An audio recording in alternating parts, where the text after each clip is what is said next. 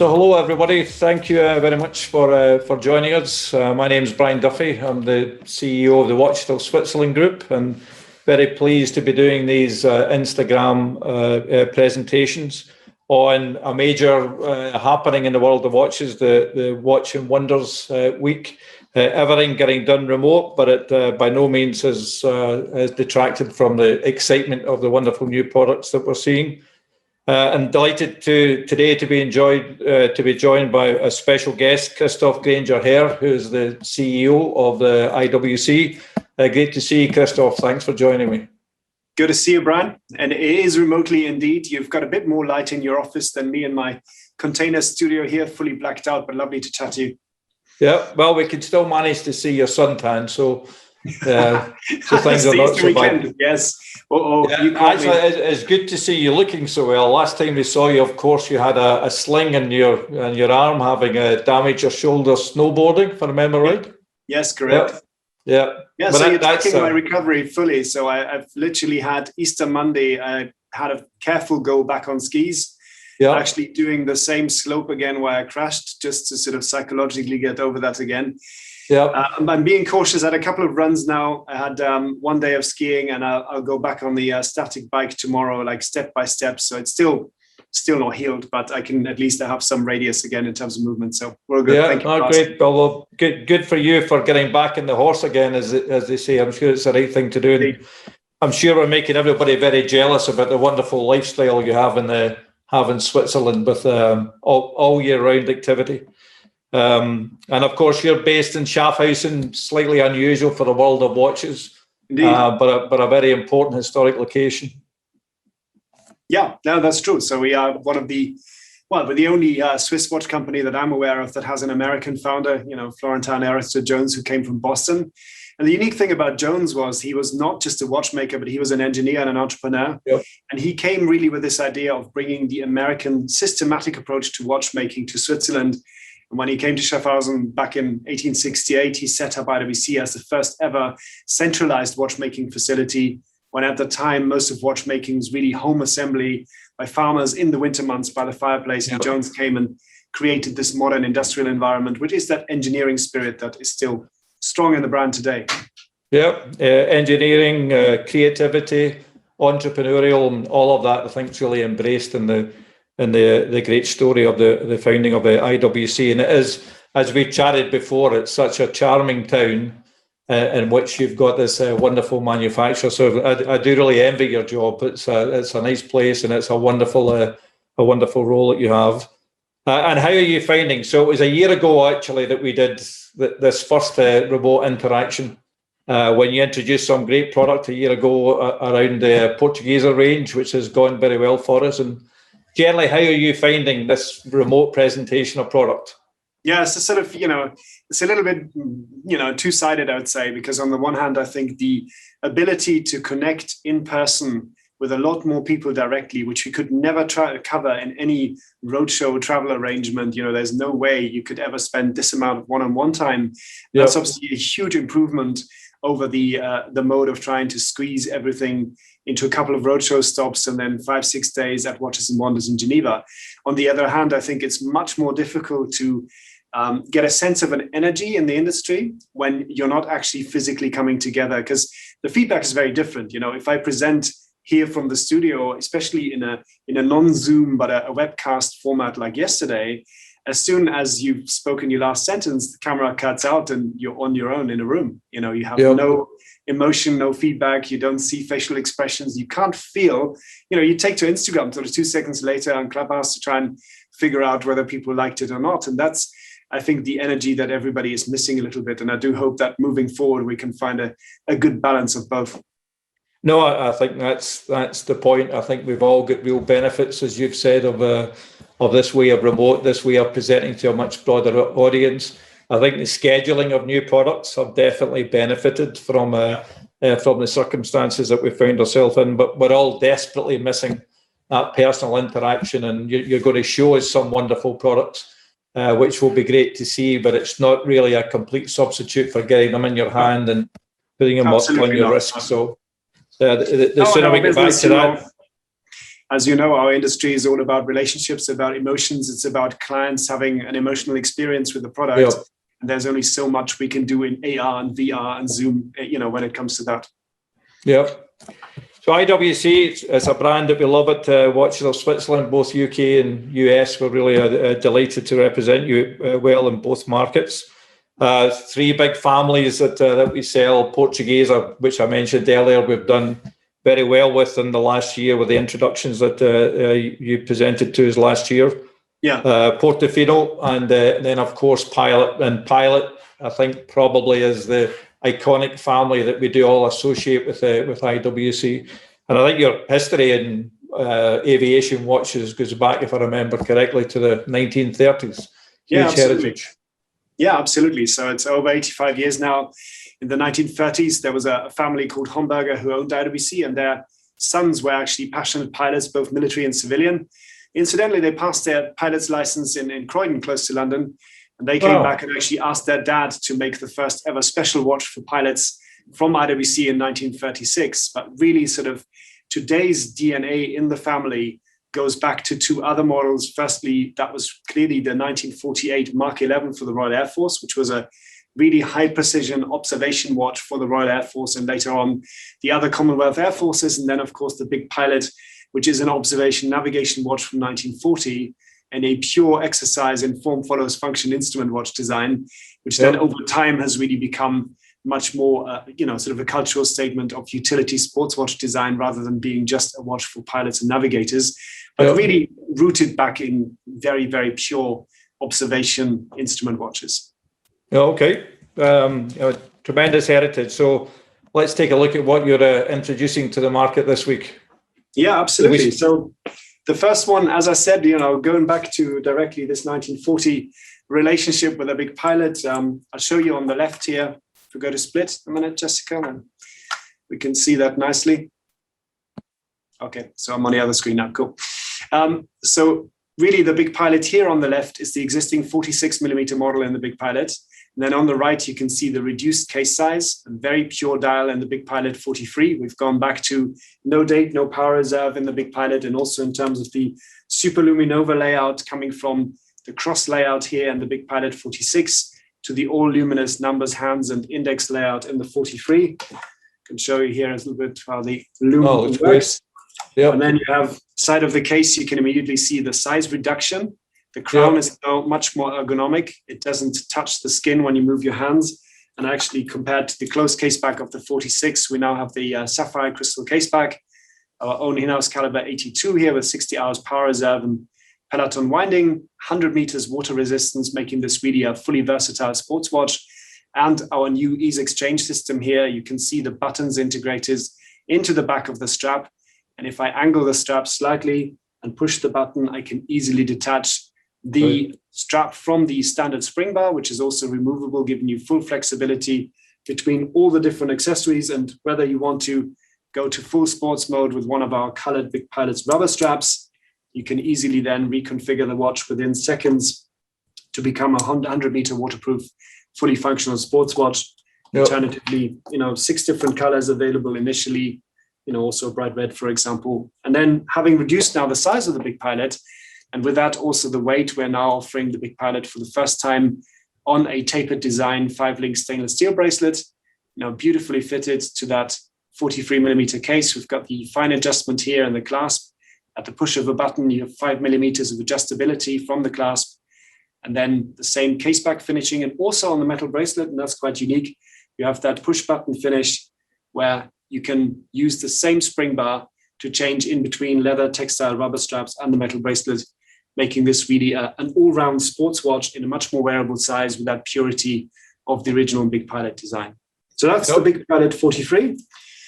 The second the dial options?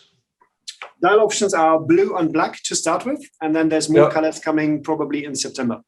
Okay.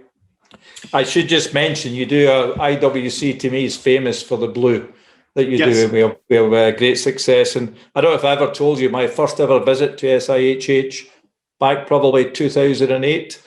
And I saw some of the brands there. It was a quick visit, but my lasting memory was I must get an IWC blue dial. because I saw it then and I was immediately captivated by it. But there's no question you do a beautiful blue. Yeah, no, and on the blue, maybe a nice watch to show you is that new Big Pilot Perpetual calendar in the blue dial. I know we've had the Rodeo Drive version of this in black ceramic in your stores, Brian, around the world. This one really is now the combination with the stainless steel case. It's got that full Kurt Klaus developed Perpetual calendar with the 4-digit year display, the leap year adjustment, and the double moon indication for the northern and southern hemisphere. And we combine that with a beautiful Big Pilot's case and our 7-day power reserve 52 caliber in-house movement, making this really a horological marvel that can be worn and enjoyed every day in a very robust sports watch format, and should be a great way to access the Perpetual calendar range of IWC in the Big Pilots. Yep, stunning. Chronograph, if we want to have a quick look. So you mentioned our blue dialed chronograph. That's today probably our most popular sports watch model, and we're now offering that in the 41 millimeter case here, which is much more wearable. A really nice compact dial layout. You have the in-house 69 caliber chronograph movement. That is visible through the sapphire glass caseback as well. We've increased the water resistance of the Pilot's chronograph to 100 meters, 10 bars. And you've got that same quick change functionality between the different strap options here. And also really, I've got it on the green dial here. I want to point out the much more lightweight and really comfortable tapered stainless steel bracelet, which for me, this is really the first time I'm going to wear a Pilot's watch from IWC on the stainless steel bracelet as standard, because I think this is so ergonomic, fits lovely on the wrist and makes it a really all-round, versatile and comfortable watch to be wearing. And with all of those features, we've got green and blue dial. We've got, for example, here, you can see the combination on the brown calf leather strap, which is sort of the classic Pilot. But even if we're thinking about, colored rubber straps for the summer and everything else, all of that is available on the Chronograph 41, initially in blue and green dial options. Yeah, for a really great price, by the way, at £550 on the strap. Absolutely.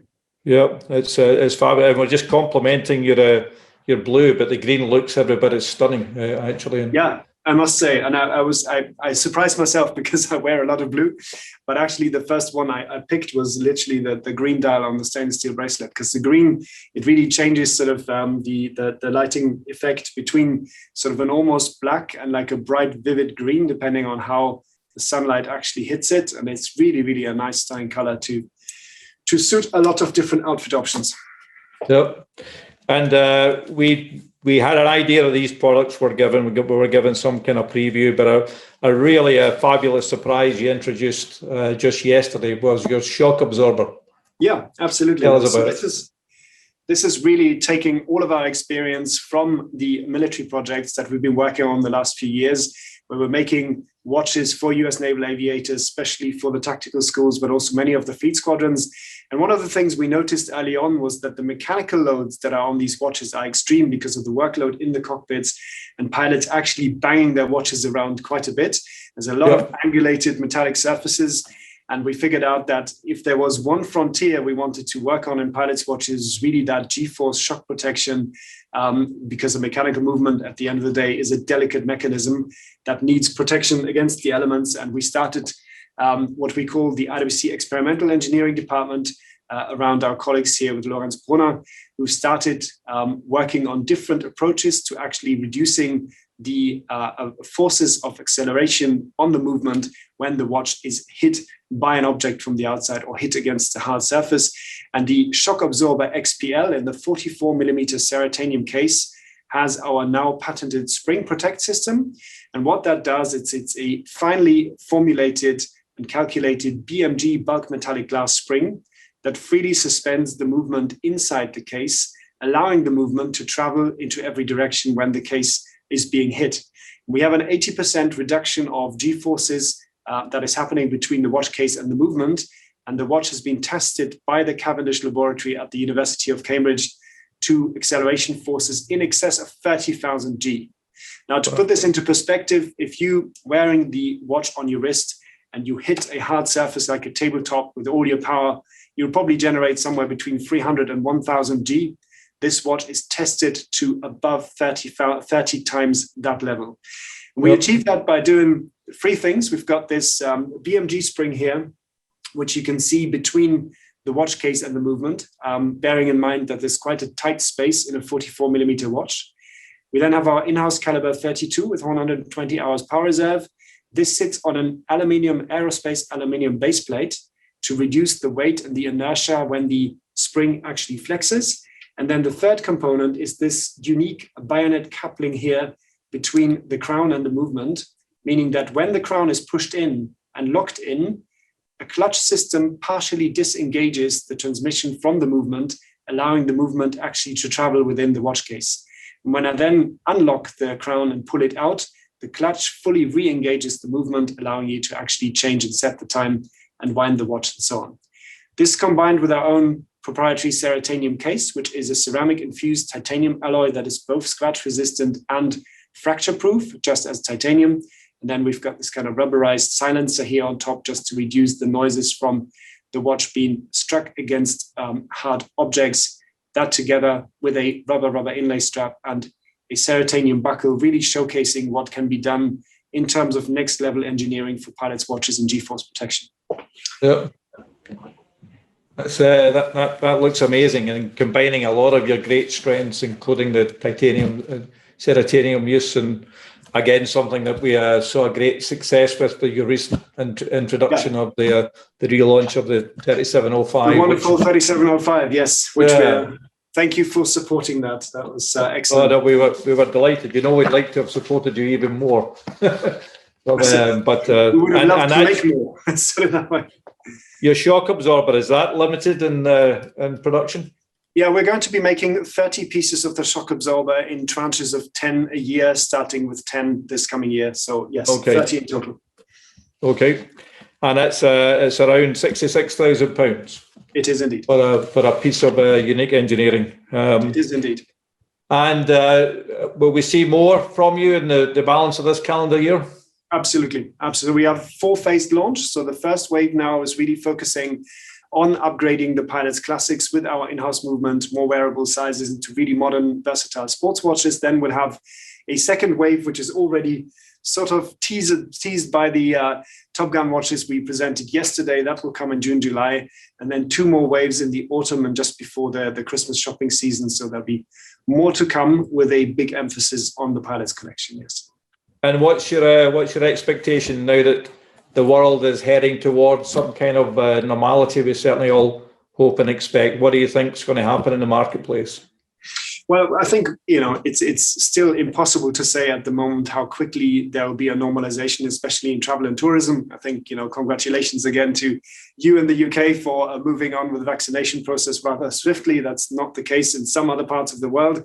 And the progress is very, very different between different regions. So yeah. I think personally, from where I stand today, we're going to see quite a few more months of restrictions in terms of moving between places. And that is going to affect all of our travel and tourism and all the rest of it. When we do see that people have a hunger and an appetite to return to normality where that is possible, but I think it's a little bit early to say for sure when that's going to be the case.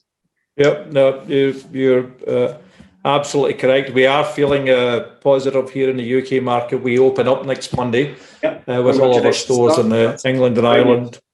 Yeah, and the greatest feeling about it all, Christoph, is it does feel like it won't happen again. And the government, I think, have carefully managed us towards an irreversible relaxation of all of these conditions. So we all certainly hope that will be the case. Yeah.